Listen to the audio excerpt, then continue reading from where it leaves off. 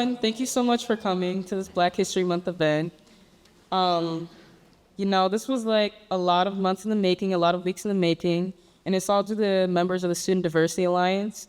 I started the Student Diversity Alliance just recently, actually, earlier this year, after being inspired by the DEI that I was invited to, the district DEI, which is Diversity, Equity, and Inclusion. And I've always been interested in that work. I've always wanted to do something in that field because the special thing about diversity is it brings people together, not apart. And I feel like nowadays there's a lot of that going on, whether it's politics or just personal beliefs. There's a lot of separation. And I want to do something in this school, even though the population of people of color is not as large as other schools, so that we can bring people together on the last day of Black History Month. And thank you so much for coming. We're a little bit behind. This is a lot, but thank you so much for the volunteers that are out here. I'm helping sell the pins, and all the people help me set up the food, which we're doing at the end, by the way. And thank you for sitting in the front, because I didn't have enough tape to tape the bag. I wanted everybody to come close and hear what these esteemed guest speakers have to say. And thank you so much for coming all this way. I really appreciate it. And so I'm going to get started. The first speaker is Mrs. Dana Stafford, which is the Senior Director of the Center for First Generation Student Success. And that center is basically dedicated to transforming higher education to drive first generation student success effectively and equitably across education, career, and life. All right.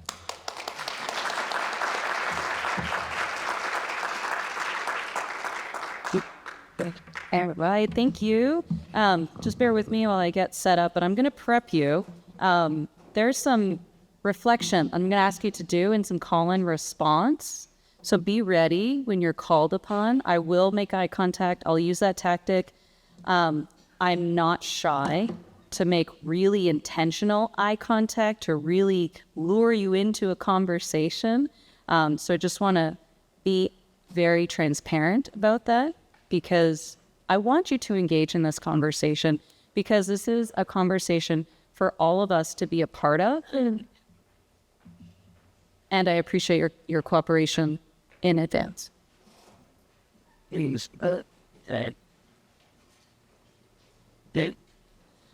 All right. Well, as Fumi said, my name is Dina Waintrope Stafford. I use she, her pronouns.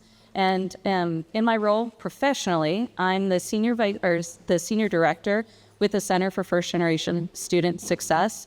And so what that means is our nonprofit entity works with hundreds of colleges and universities nationwide to ensure that they are supporting their first generation college students in a way that considers all of their identities. Because first generation college students have many identities, and we talk about that from an intersectional perspective. But before I go any further, I really want to thank the opportunity to be in community with you all. There's been a lot of work that has happened across the district, going back to the equity audit that took place in 2019, and the equity report, and releasing that to not only the school committee, as well as the district. And I'm a parent in the district.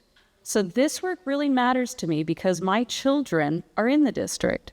And the work that's being done by the Student Diversity Alliance, led by Mr. Polk, led by Finmi, led by Daniel, it really should be recognized as a groundswell effort. And over the years, it has grown to what we have today in this event. So I want to express my sincere gratitude to Mr. Polk, to Funmi, to Daniel, to the Student Diversity Alliance, and I appreciate the leadership who's in the room. We have our superintendent, we have folks from the district, we have representation from our elected officials. So again, thank you all for being in this space. In starting this conversation around first generation students, what does that mean? Why is it important to ground the conversation in a definition? It's so that we're all speaking the same language. Oftentimes we enter these conversations and we're not using the same language, or we're using shorthands or acronyms. We call that jargon. And so it's important that we have a shared language so that we can all enter in the conversation in a meaningful way and in a way that's comfortable to us also. So as I said, I'm a parent in the district. I have 2 kiddos, one in grade 4 at Maple Shade, one in grade 1 at Meadowbrook. And I'm also on the Equity and Diversity Steering Committee, and I have been for a number of years. Professionally, this matters to me because I'm also first gen. So we're going to start the conversation with grounding in our identities, starting with me. So my name is Dina Waintrop Stafford. I am a biracial, cisgender woman. I use she, her pronouns. And I am a daughter of an immigrant. And my children are multiracial. I'm biracial. Why does that matter? You have to have a sense of self before you can begin to think about not only the connections, but the relationships. Because these connections really matter as we think about an academic trajectory or a professional trajectory, stringing all of these pieces along.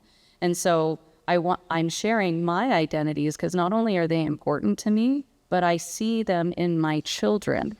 And those who are in this room who are in high school and aspiring to do what's next, you are the example for my children.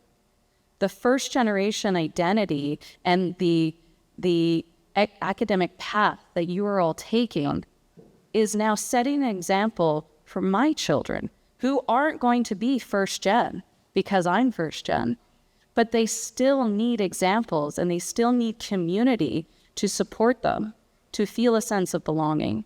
And that's why we're all in this room today having this conversation. So as I shared, there's going to be some reflection, some involvement. At this point, I'm not going to ask you to say it, but I do want you to take some time. Think about your identities. Identities are not just race and ethnic based. They go well beyond that, and they're connected to experiences also. So think about your identities as maybe you are a caregiver to a younger sibling, or you provide care to older family members, or you're working, or you have other responsibilities at your school, or you play on an athletic team, or you're involved in a club. These are all salient to your identities because they make you who you are.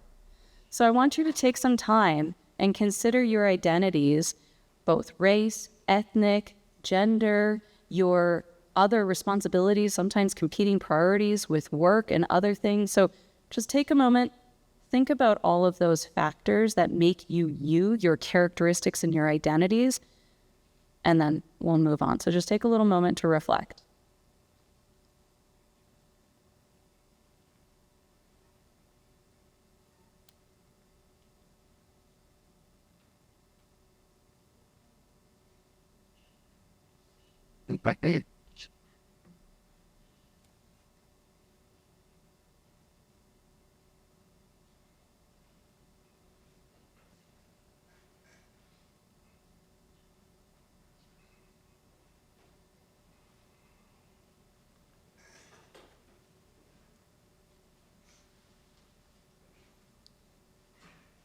Well, thank you for engaging that moment of reflection. So as I shared in the beginning, you have to start with yourself. You start with me, because this is how you develop a sense of self. This is the grounding, the way to ground yourself in who you are and who you want to become and who you are connected to. And so it helps us to think about ourselves from a perspective of relationships, connections, and community, because all of these things become your constellation. You look up at the sky in the night, you see a whole bunch of stars. Recently it's been super cloudy, so not very many stars. But imagine a sky full of stars and how they are all connected. That's how we are connected with our community. And so this constellation starts with us as the initial layer, and it has to. It always has to start with us as the individual, you as the individual, as the person with all of your identities. And then you can start to think about the next level as far as connections. And so in thinking about those connections, you begin to consider your family, your parents, your siblings, relatives, your chosen family. These are the folks who support you and who you rely on. And that is the next level in this constellation of connection. And then you continue beyond your family, your relatives, your chosen family. And that next level of connection might include a mentor, a teacher, a coach, someone who you also rely on, and it is an extension of your family and those who you are connected with. And in building this constellation, you have your web of support. And that's really important, because if you think about a time where it's been really challenging, you had an upcoming test, or you had a group project, or work has been really consuming lately, you rely on your constellation to ground you, to offer you the support, to make you feel whole when stress is high. For myself, my family is in Toronto, Canada. While I have my children and my partner here, my connected family is not physically here. And so as I think about them in high stress times, it's an opportunity for me to feel at home, when geographically that's so far away. And so it's an important way for us to not only center ourselves, but to remember who those are around us, who support us and continue to contribute to our constellation. And so understanding who these people are and how you are connected to them is the way that you are anchored throughout not only your academic journey, but your professional journey. And you have these chapters of experiences. So in high school, and then you think about what's next. Maybe it's community or technical college. Maybe it's a college or university. It might be close to where you grew up. It might be farther away. And you need to remain connected to your constellation to feel the support when physically you might not be in the same space. Or when, from an academic perspective, you have a lot going on. You have to be able to rely on those around you connected to who you are and who are invested in you also. The reason I share this is because for first generation college students in particular, there's this notion, we talk about this in the literature, we talk about this from an anecdotal perspective, that first generation college students don't have social capital. Has anyone heard that term, social capital? Lack of social capital for first-gen students? While that might be true in a sense of your constellation mightn't know about the college-going experience, they're still there in support of you. They still care about you. They're still invested in you. And so we really do have to think about the intentionality of our language, because to say that there's a lack of social capital indicates that there's a lack of support. And that's not true for every single first-gen student.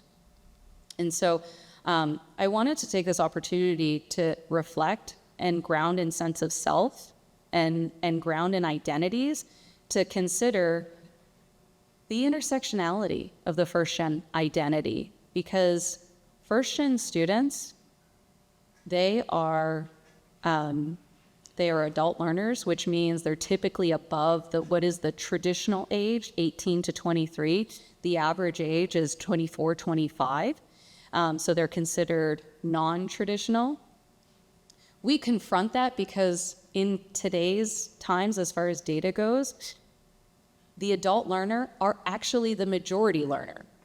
They are over 50% represented across undergraduate experiences.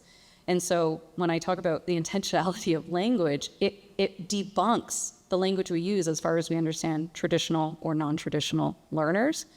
So first-gen students are typically older. They typically work 20 hours or more a week. They have dependents. They are veterans. They have all of these identities that make them who they are and who they aspire to be. And so identities matter. Beyond that, representation matters. If you look at the two speakers here, you have two women of color.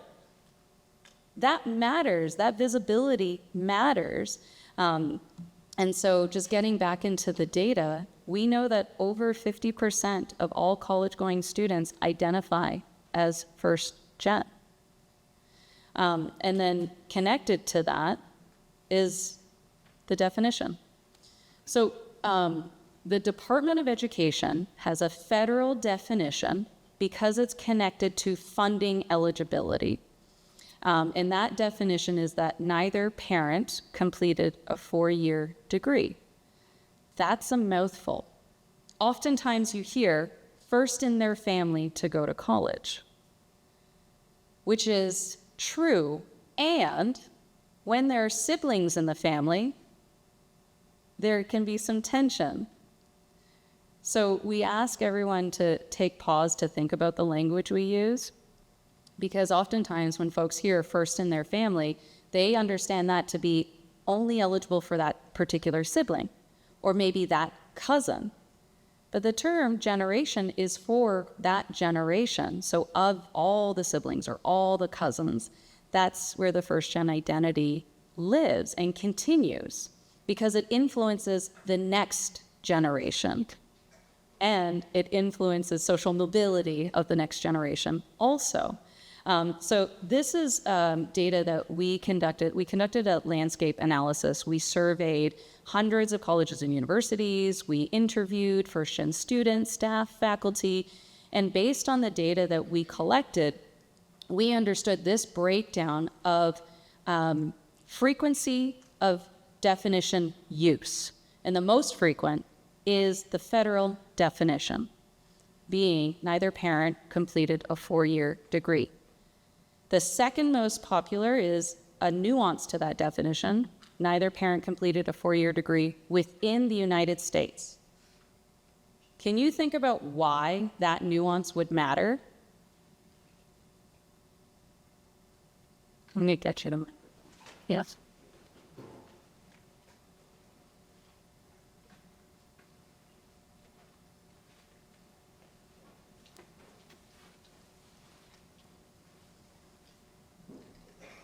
Sometimes degrees outside of the U.S. aren't accepted or recognized within the U.S., or it doesn't provide the benefits that a college degree from the U.S. or another, like, European or English-speaking country would provide.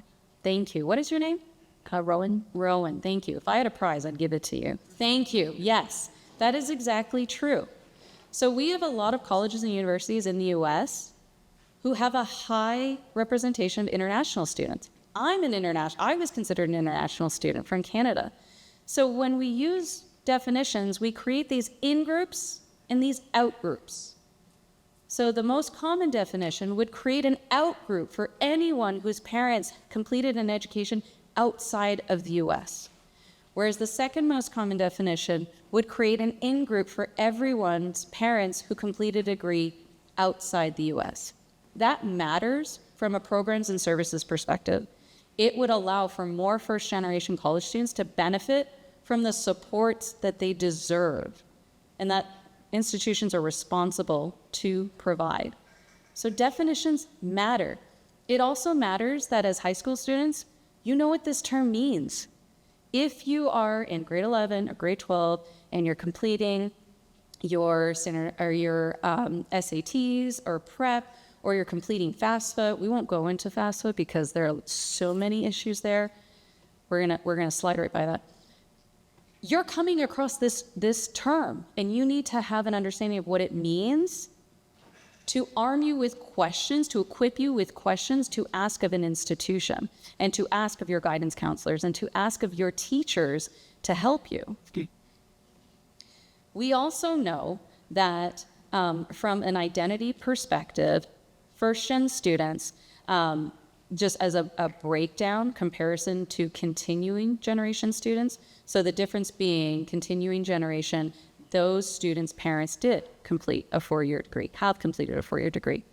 So 47% of first-generation students attended college full-time, which means that the difference did not attend full-time because they're probably working.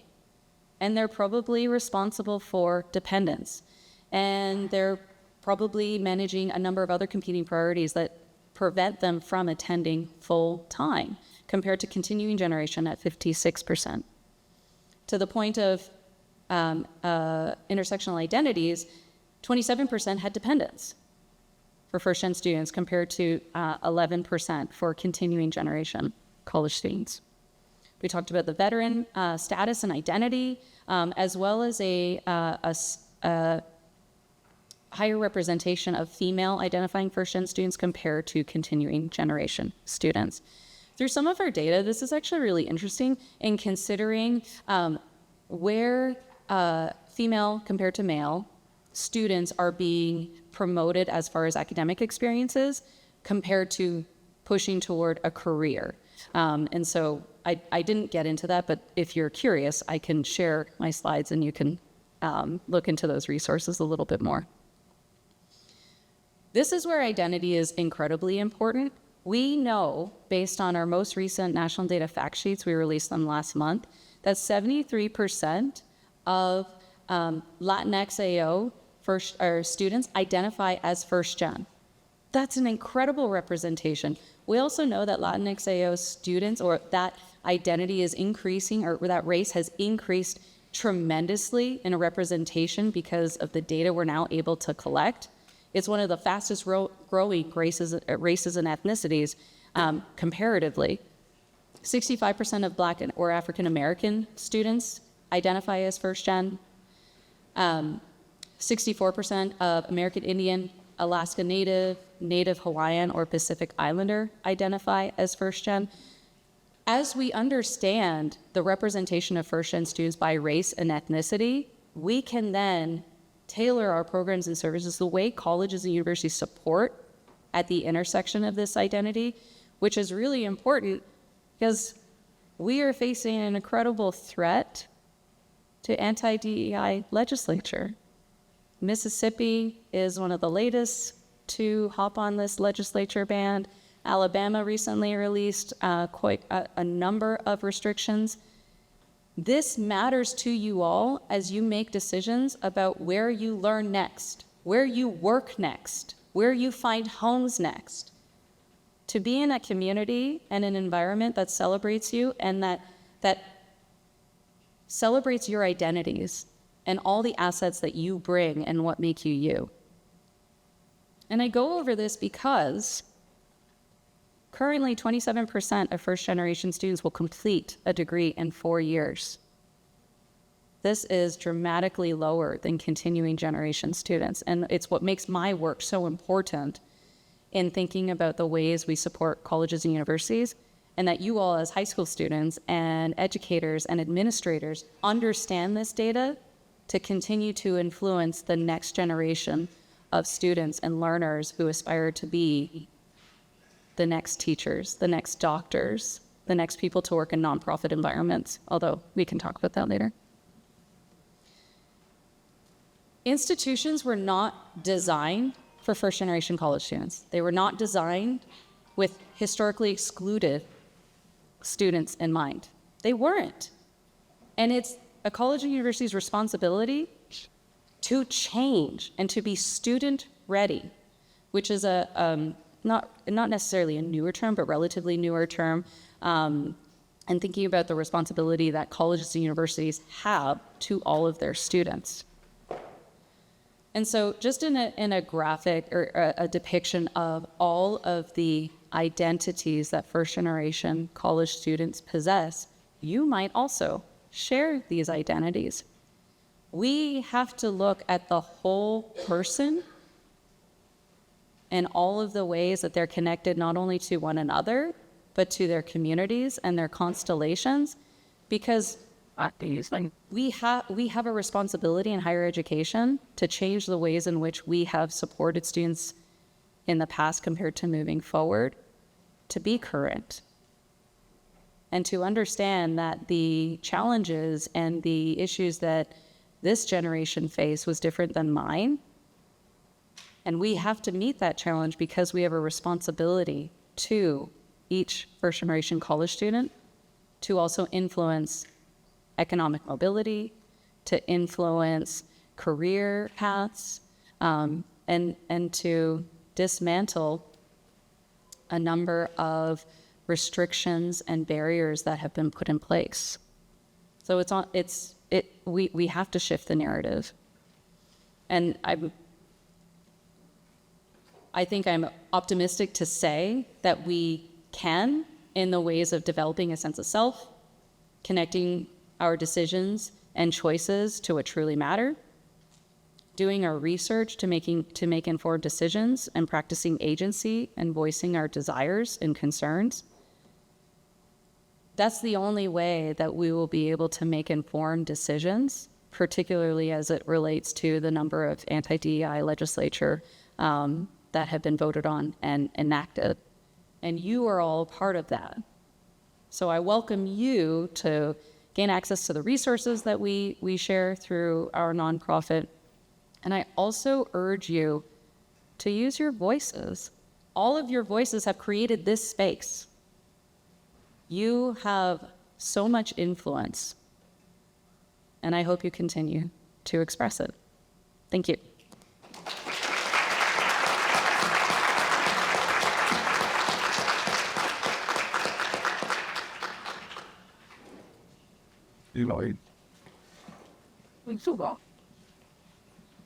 Sir.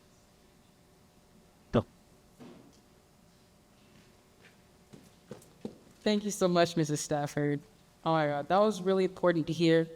For everyone who might not know about the recent attacks on DEI, diversity, equity, and inclusion, there's been a lot of laws passed banning affirmative action, which basically is an initiative to help students of color who may have started off with not as many resources as more privileged students to get into college and higher education.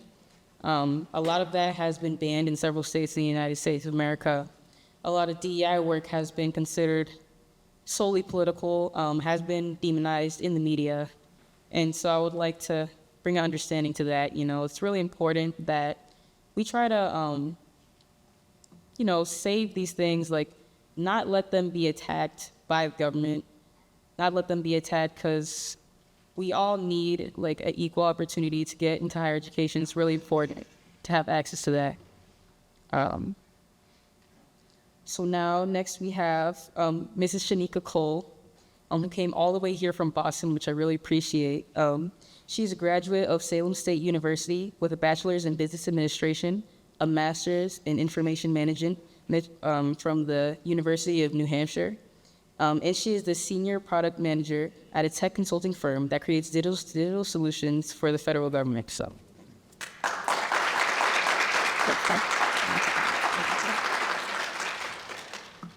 Thank you so much. I really appreciate this opportunity. And I really appreciated your presentation.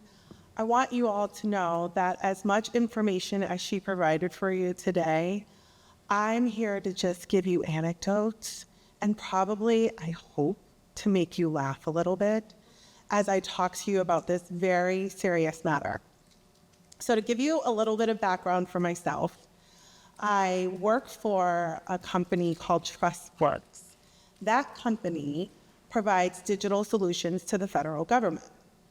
The beautiful thing about my company, and one thing that I didn't realize until I started interviewing for the company, is that my company is diversity first.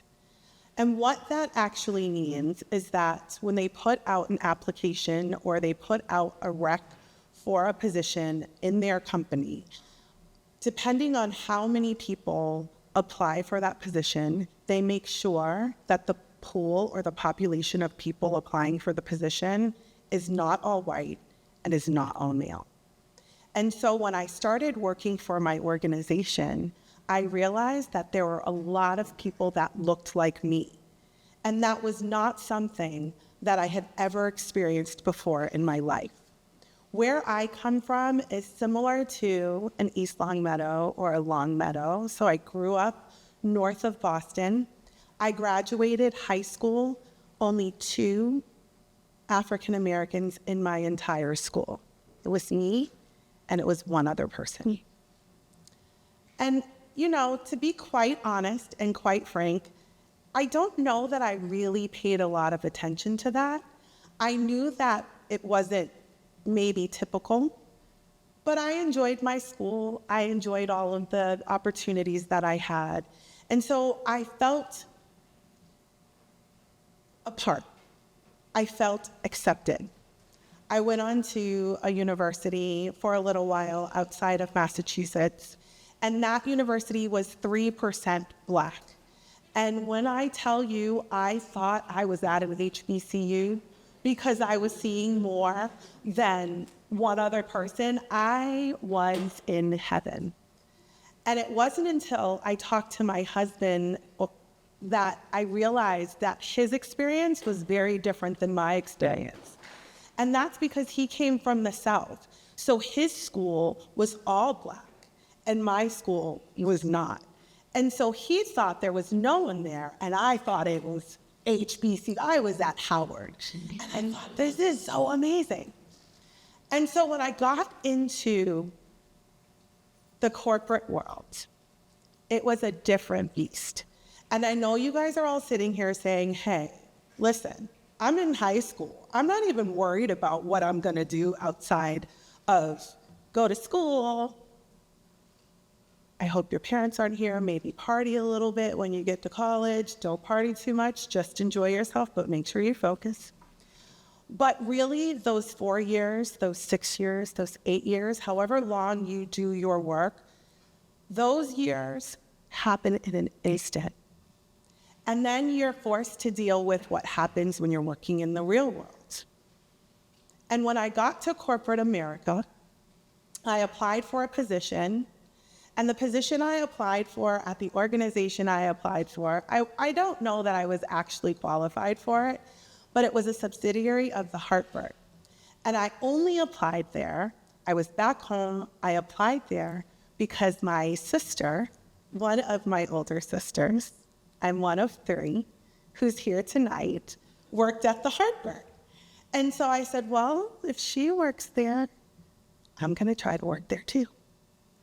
I started there and I had no idea what to do. So I just wanna take a moment and I wanna paint a picture for you guys, and then we'll get back to my career and where it evolved to. I was sitting in the middle of the woods in Wales, the only American, the only person of color, and I was deathly afraid. Why were you afraid, you ask? Well, we were lost. I was on a team building event in Wales, lost in the woods, and I didn't know what to do.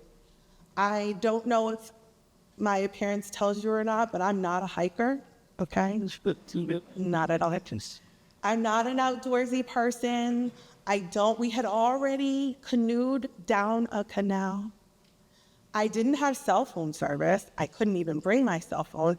And, our guides, as wonderful as they were, they really just didn't understand their assignment. They were supposed to help us through our event. Our event was to build, I was the only American, but my company was a British-based company. And so we had all come together, and our assignment was to figure out how we work together so that later on, we would be a better team. We canoed. And then their assignment, what they told us to do, they told us to go through the woods.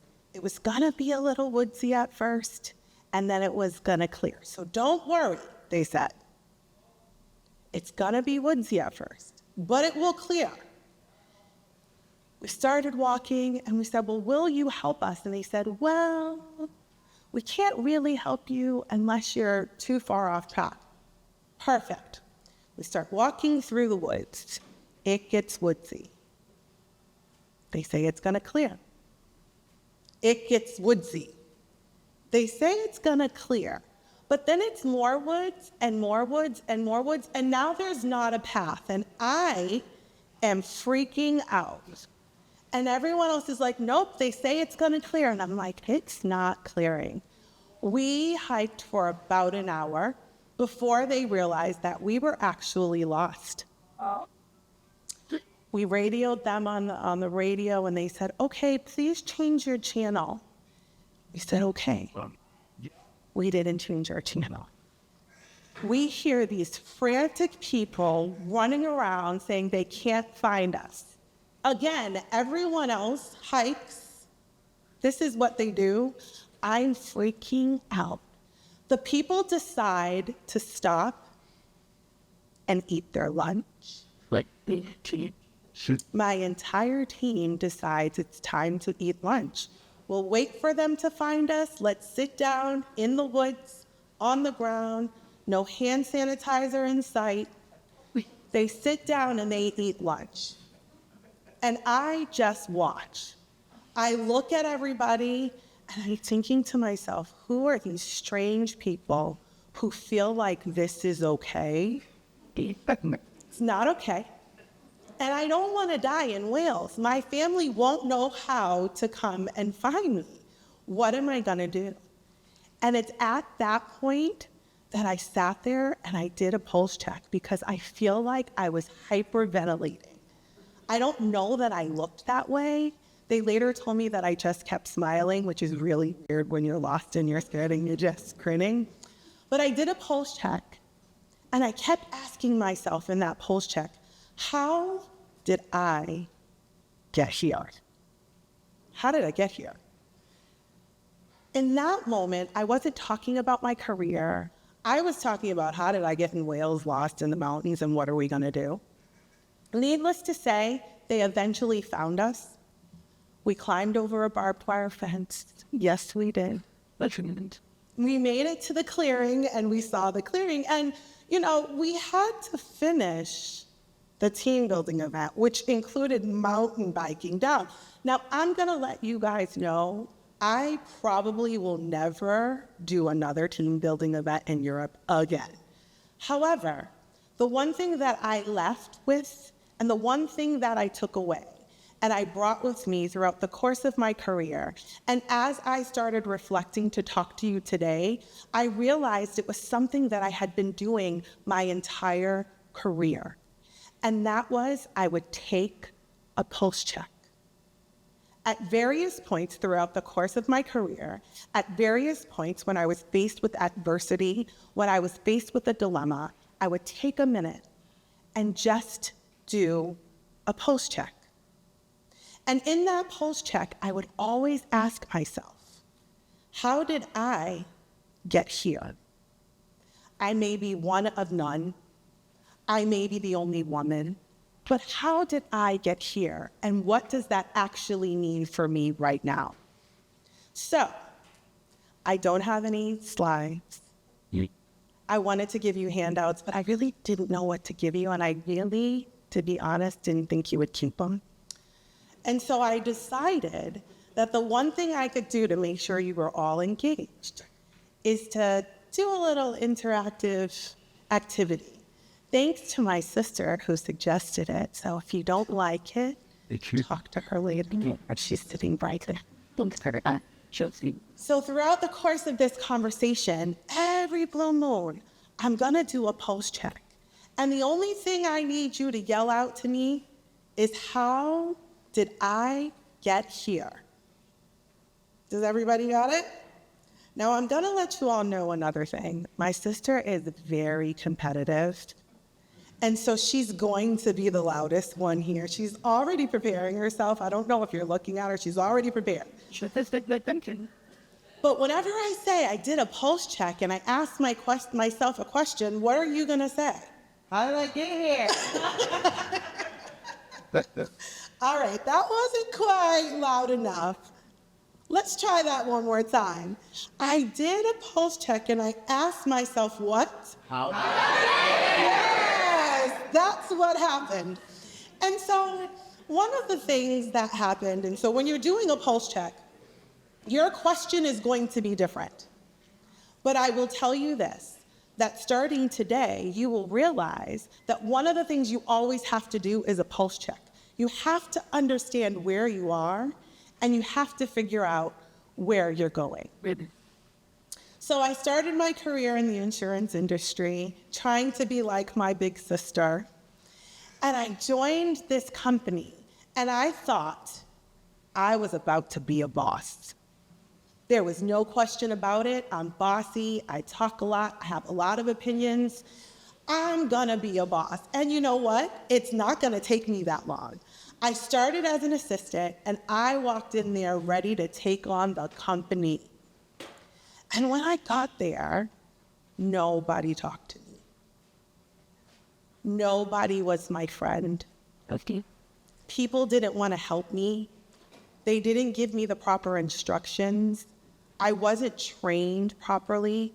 As a matter of fact, they had pulled together and conspired against me to just teach me the bare minimum. Now, I don't know if you know this, but usually when you start a job, you have about 90 days to do your job correctly or they can terminate you. And they had decided, because I didn't look like them, because I didn't act like them, that I wasn't capable of doing the job and they weren't going to help me learn. And so they gave me the little pieces of information or the little things to do that they didn't want to do, but it wasn't even scratching the surface of what I was supposed to do for my job. And my time was running out. And I was so very upset, and I was so very scared, and I was so, I just couldn't understand. You don't know me. Why won't you help me? I'm here to help you. I'm here because there was more work than you could do. So why won't you help me do my job? And I did everything I could, and I started to think about, what is it? What could it be? What did I do?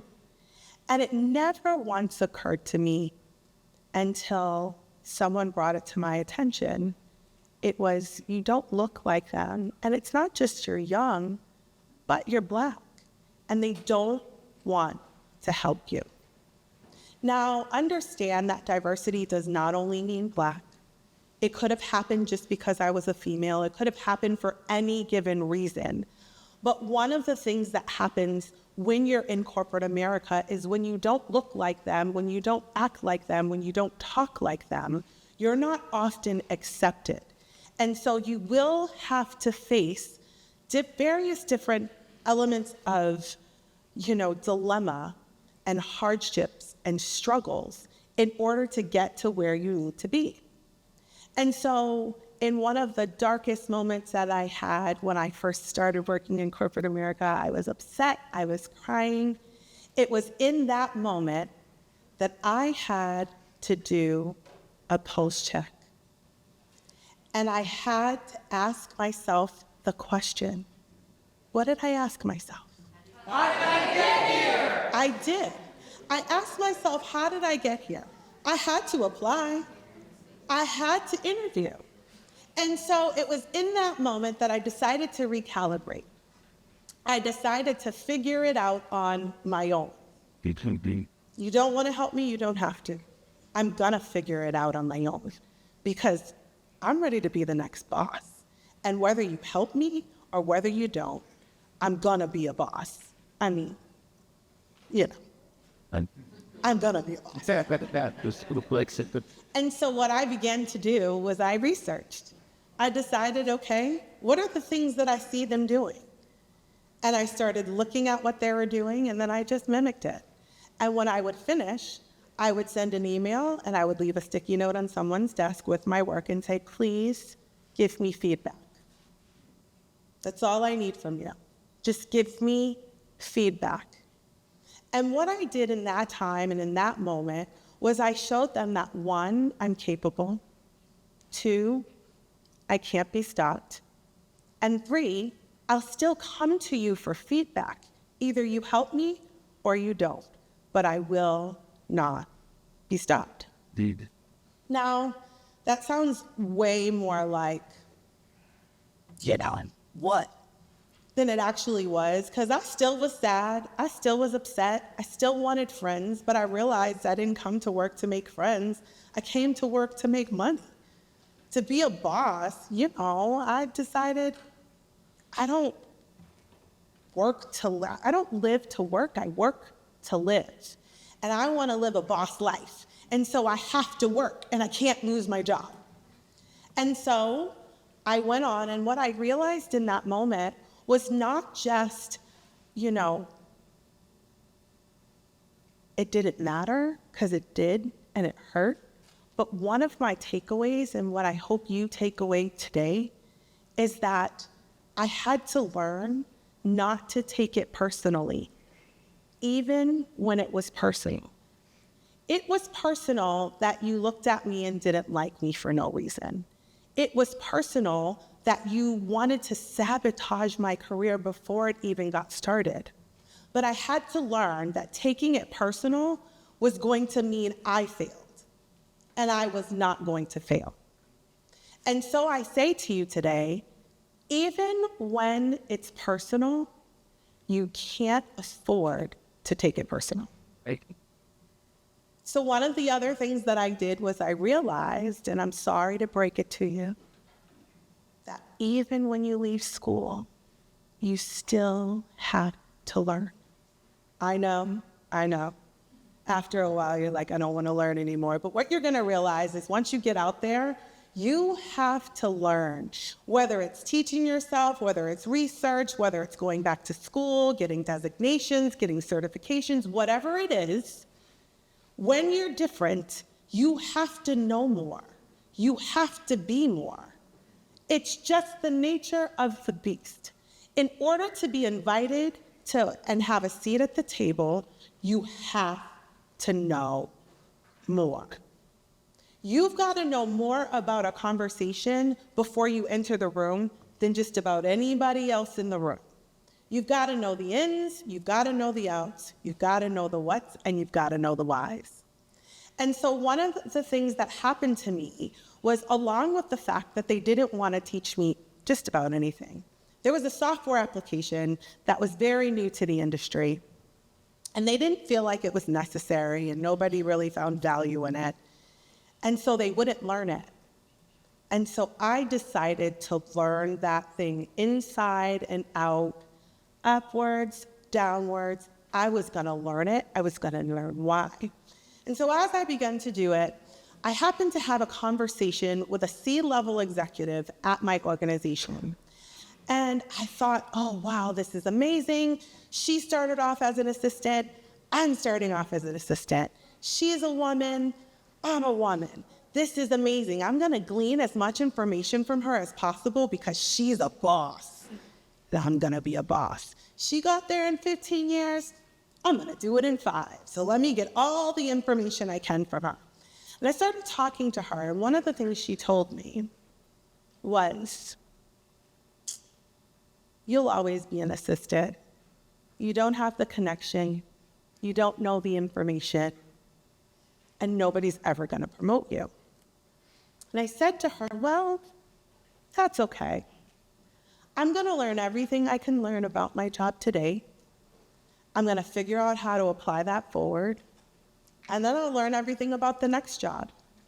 And I'll keep learning until somebody sees that I'm capable.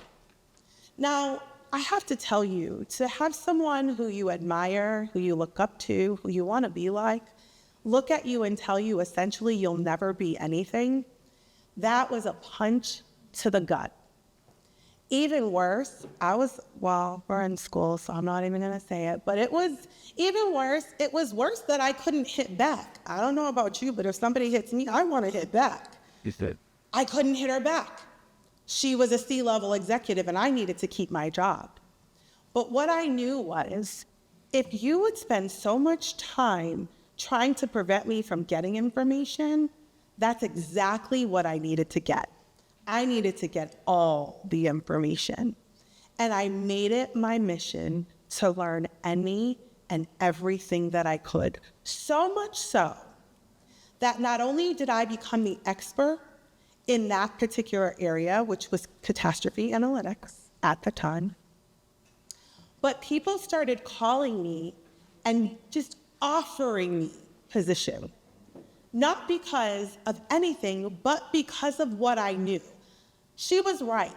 I didn't have the connections, but guess what I did have? I had the knowledge. And I left that company, I went to another. I left that company, I went to another. I worked in London, I worked in Bermuda, I traveled the United States, and I lived the life, all because I got the information that I needed, and I realized that learning didn't stop just because I got the job. Learning didn't stop just because I knew the ins and outs of my position, but I had to always be learning. I had to always be the expert. I had to know more than anybody else. At that point, I did another pulse check. And I asked myself, what? How did I get here? Yes, how did I get here? I ended up at another company, and I loved it, and it was great. But what happened is my career took a turn. What I thought I was doing as a catastrophe analyst, and that was looking at earthquakes and hurricanes and assessing how much money it was gonna cost, how much money everybody was gonna pay when they got a loss, and all of these wonderful things, understanding what that meant, all the science behind it, those are the things I found interesting. It swiftly changed, and it became a number crunching job. And I don't know if my personality is showing it or not, but I don't wanna just sit and do numbers. I wanna talk to people, I wanna, I don't know, anything but just numbers. And so I had to think about it. And it occurred to me, and this is another tidbit of information that I hope you guys remember, that I had allowed my career to define me. My career just went on a path of its own. I was not making my career. I had not taken the time to think about what I wanted to do. I hadn't taken the time to think about where I wanted to go, how I wanted to mold my career, the things I was great at. I hadn't taken the time to think about the things that were challenges and the things that I needed to come up in. I just was allowing it to float, and I was allowing everyone to dictate what my future would be. And I did another pulse check. And I said to myself, see, I gotta let y'all know, my sister is really slacking tonight. We talked about this. I prepared her. And she was on the phone. Girl, I'm gonna be yelling. She hasn't done that yet. And so I appreciate everyone else in this audience who's got my back. And so I did the pulse check, and I decided, okay, this is not for me. I need a restart. I need a reset. I need to figure out what I want my career to be and where I want it to go. And I need to define my career. Let me tell you something. As you move along and you matriculate through high school and you matriculate through college, and even when you get into the workforce, people will try to dictate to you what you should do, where you should be, and how you should act. But the beauty in diversity is that we are not all the same.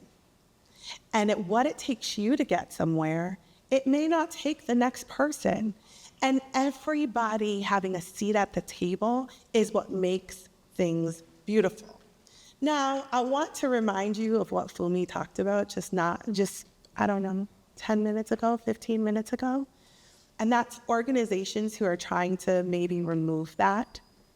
They don't always see the value of diversity.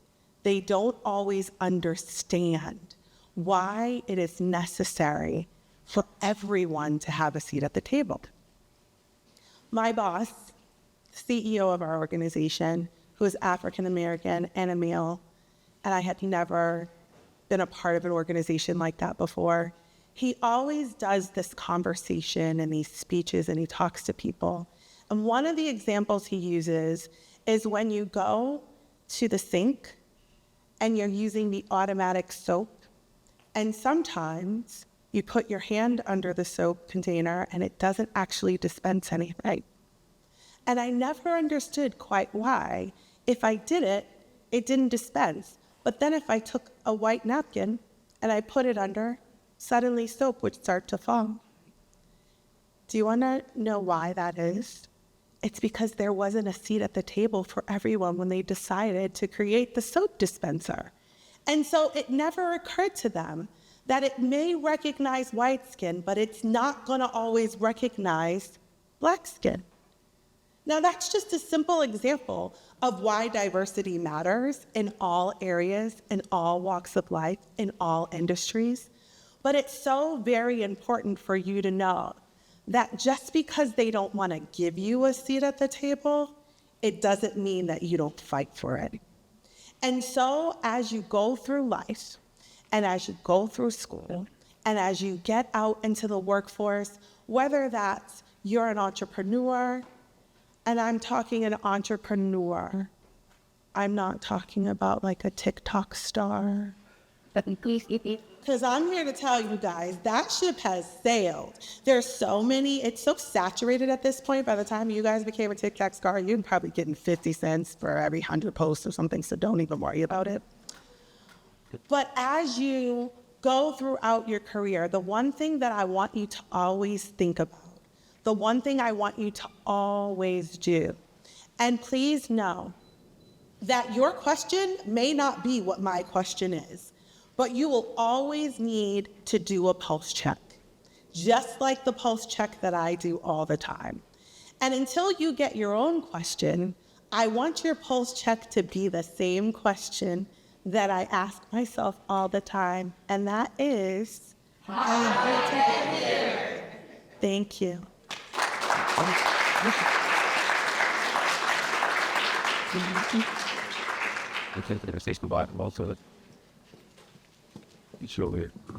I'm so excited right now.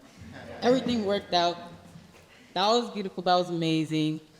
For context, I asked everyone to speak about their experiences in the workforce as a person of color, as first generation, as their intersectional identities, which intersectionality is the multiple identities like Mrs. Weintraub talked about, the multiple identities that make up who you are.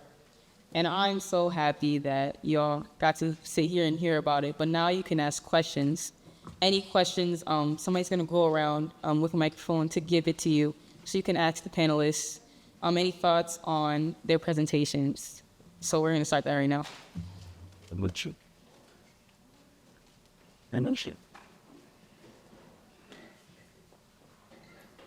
I don't have a question. I am Fumilayo's mom. Thank you. I really have a statement. I am so proud of her and the team. We moved from Florida 5 years ago, and being in a new community, not knowing anyone, and then being hit with the COVID-19 pandemic, and to see what she has done, I'm floored and I'm proud. And I am so honored to sit here and to work with this school and this community, just to see her growth. I really want to appreciate all of you as well. And so, and lastly, the presentations were phenomenal. I felt resurged, energized, and I think you both said something that our young people need to hear, and that is to always never, never stop, no matter what happens in our lives, to keep pushing through, because there's a space for everyone. And so I appreciate the two of you, but of course I had to say, I'm so proud of you, baby girl. Love you.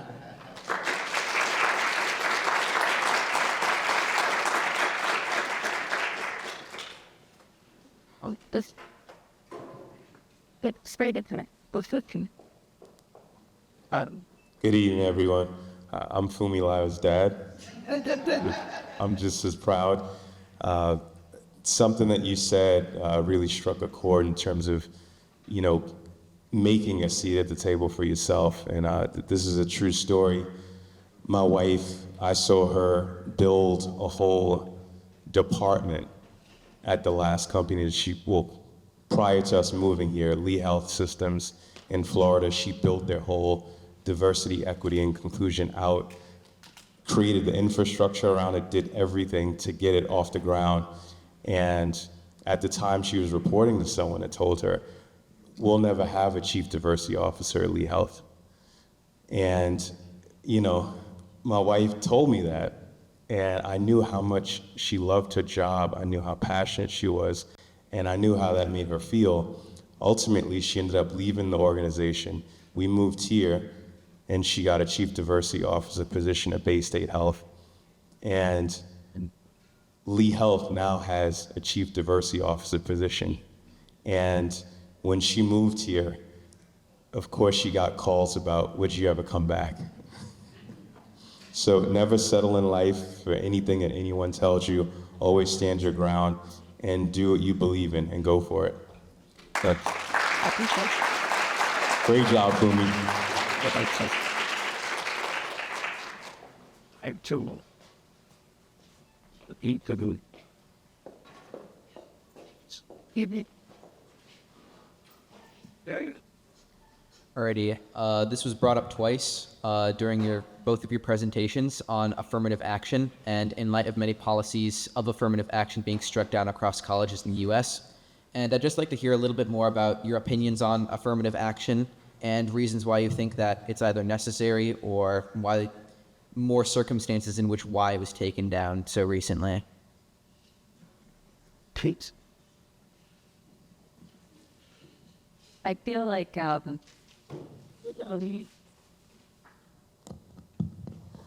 we're both Canadian because I don't know if you heard the exchange, we're so polite, try to figure out who would go first, so thank you. I appreciate your question. The reason that the Supreme Court, the reason the case was brought forward has a lot to do with discomfort around identities and representation and increased representation of what, not necessarily a newer term, but what is starting to be used a little bit more as the global majority. People from diverse backgrounds and people of color cumulatively are becoming the global majority. And there is a group of folks who believe that that is a threat to what has been status quo. There's this great analogy connected to rowing. So if there are any rowers in the room, this is an incredible sport. It requires incredible synchronization and coordination and cooperation. It requires a collective agreement to the same thing. Yeah. Celebrating everyone's strengths, but not so much so that someone has an opportunity to overpower. Because when you overpower a situation or a conversation, you are expressing your dominance. And what we often see is a white dominance. Rowing is incredible because it is the celebration of everyone's part. Everyone has a role. And that is a depiction of celebrating differences, harnessing strengths in a way that they work together. Affirmative action, from my perspective, reduces the ability of everyone's strengths to shine and work collectively. And unfortunately, many people have believed, especially the Supreme Court, that affirmative action should not exist in admission policies for colleges and universities. I don't agree. I believe that all of our strengths is what continues to advance us. So I appreciate your question. Thank you.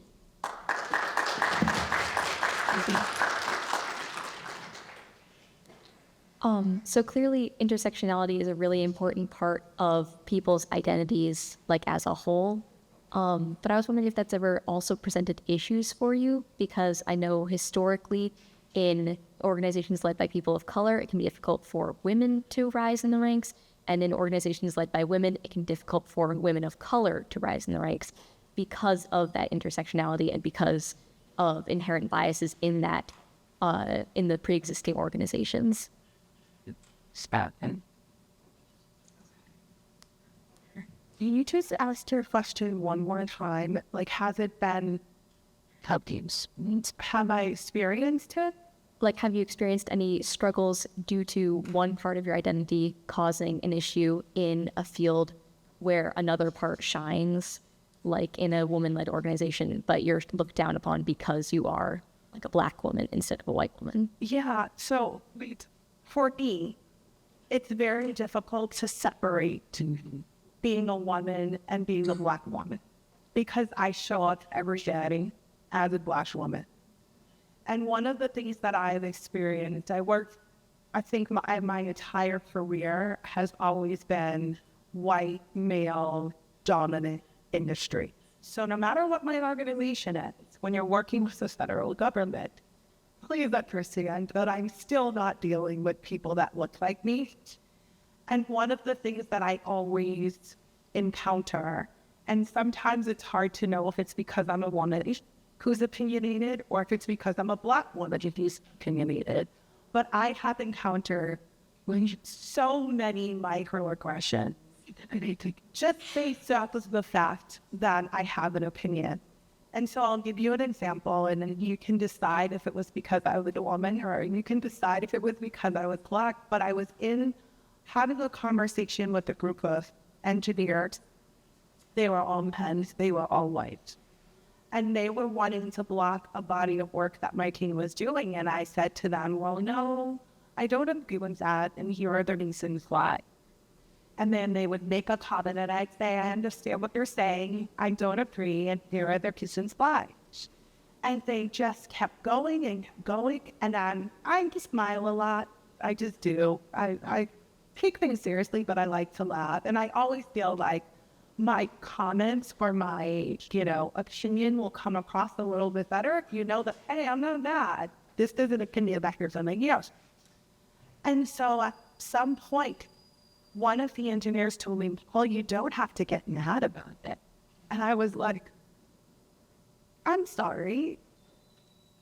At what point did my laugh make you feel like I was angry? I said, see, that's a microaggression. And that's something we're not going to do in this conversation. And so we keep talking. And they said, well, we should be allowed to do that. And I said, we should. And they're like, you shouldn't. We should be allowed to voice it. And I said, you should. And I should also be allowed to voice that I don't agree. And you never call me angry. And they sat there and they looked at me and they did not know what to say. And so again, I can't tell you whether or not it was because I was a woman or because I was Black and a Black woman. But I can tell you that they did not make that comment to anyone else in the room. And I had never heard a comment like that before or since, unless it was directed at someone like me.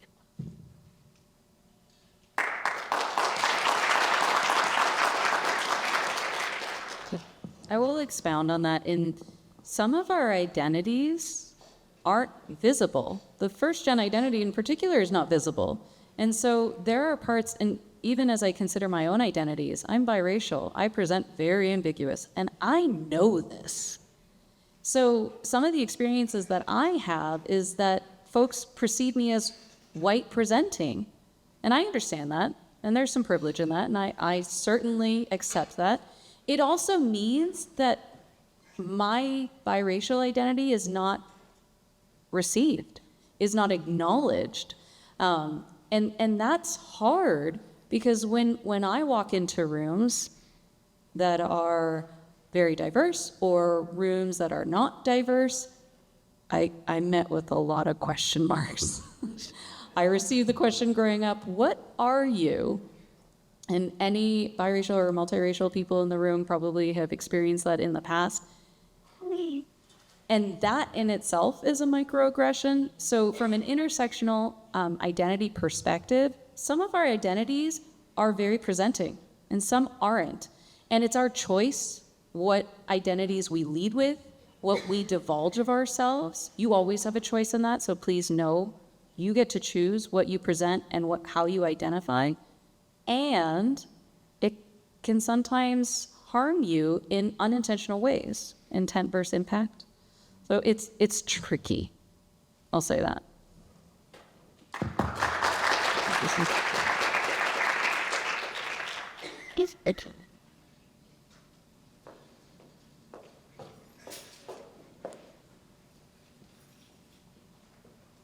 Yeah.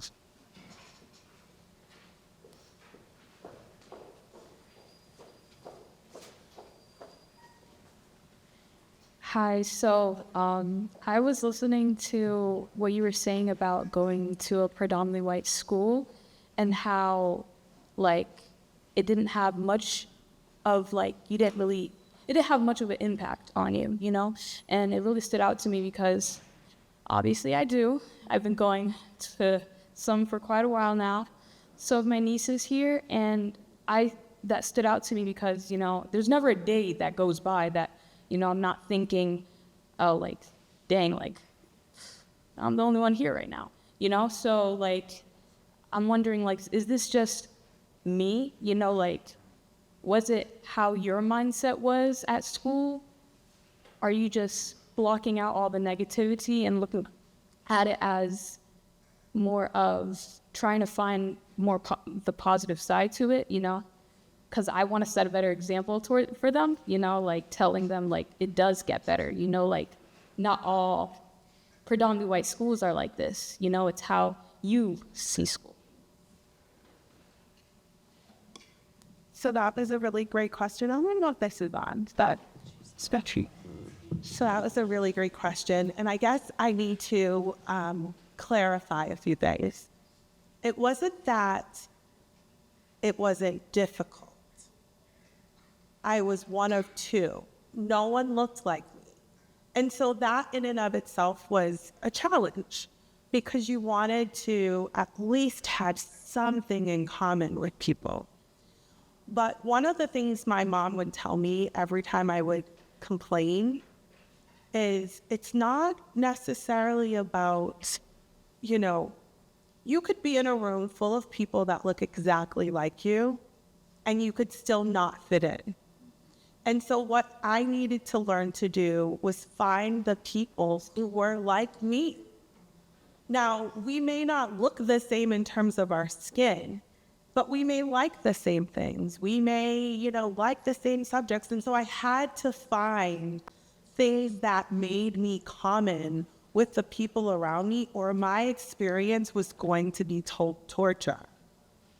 But the other thing that happened to me is because I grew up in a predominantly white area, when I would go to predominantly Black areas, I also wasn't accepted there either because I wasn't Black enough.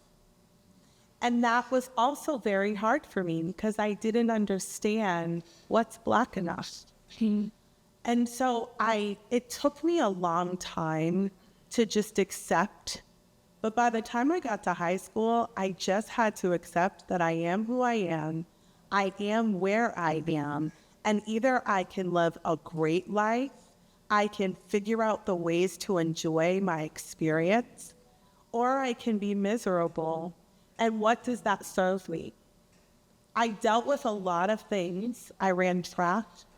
My freshman year, I ran track. I was MVP based on the number of points that I had in my school. And my track coach would not let me be MVP. At the end of the year, he gave it to a senior, and he told me I had to accept it because she was a senior. My senior year, I tied with a freshman. He made me share the MVP title because I had tied with that freshman. I knew that it had nothing to do with fairness. I knew that it had to do with the color of my skin. But for me, I chose to just accept the fact that no matter what he did, I still was MVP. No matter what he did, I still was it. And I had to build myself up. I had to appreciate the differences around me. And I had to, one, accept where I was and learn how to be excited. But then also, you know, just join in and have fun and sometimes we let our differences and the fact that we're not around people that look like us, we let it affect us instead of letting it teach us how we deal with, how we learn, how we grow, how we communicate with people that are different than us. And so it's always about finding the positive and not focusing on the negative.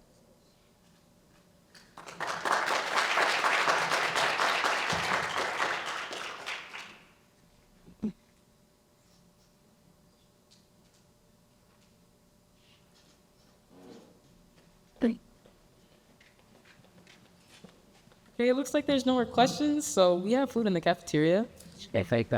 Oh, and thank you so much. I was not finished, Bob. I was totally gonna do that. I really was. But I just want to say again, oh my gosh, thank you so much for coming. I'm so glad it all worked out. I really appreciate this. I want to make space for things like this in my school. And I also, again, want to thank you so much for coming here and helping my dream come true, because this is a dream come true. I want to do things like this as I get older. I want to be an organizer. I'm also a very emotional person, so I'm getting a little emotional right now. I'm actually very emotional. People don't know that about me. I think people I don't know, because sometimes people look at me and they're like, oh my God, you do all these things. I'm actually really this could set me off. I don't know. But I also want to get your gifts, because I got gifts. My mom helped me with the gifts. We signed the bag, and I'm going to go get them right now.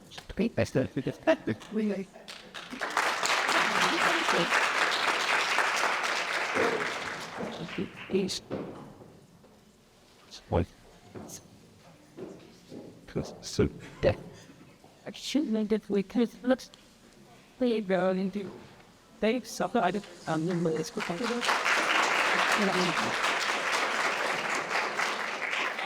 I get the perfect ones. I want to thank Brindley, Dan, and Morgan. If I can call those three up here, I have a gift of that.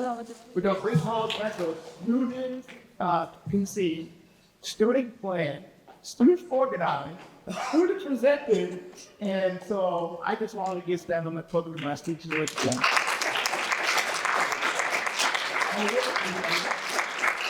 Also have a raffle for students of my classes. A nice little orange and little PS card. One of the things that I always talk to my students about is, how history can help us really interpret the present. Come on up there, you three. Come on up. Sorry, Mr. Nack, I'm not on the mic, but so how history can interpret the present, and these three students have exemplified that. But the students in the Student Diversity Alliance have also, and I would like to ask them to stand. If you're on the Student Diversity Alliance, please stand right now. And can we have a round of applause for the team?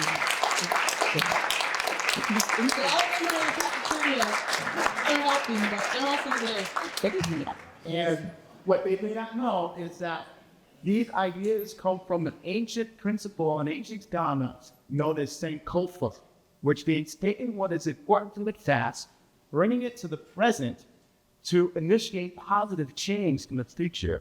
So these three students are agents of change that are going to transform every space that they are in and move forward. So thank you very much, Morgan,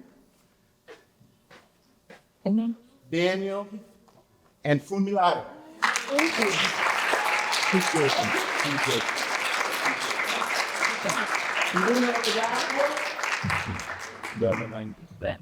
Came up with Edie Shabo. She's in the kid. All right. Snap here. I'll give it to her.